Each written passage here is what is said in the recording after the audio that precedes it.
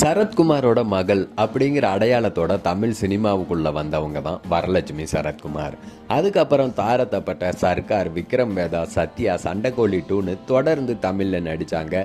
சரத்குமாரோட பொண்ணுன்ற அடையாளத்தையே மறந்துட்டாங்க. அவங்களோட நடிப்பு திறமையால மட்டும்தான் தமிழ் சினிமாவில் நிலைச்சு நிற்கிறாங்க.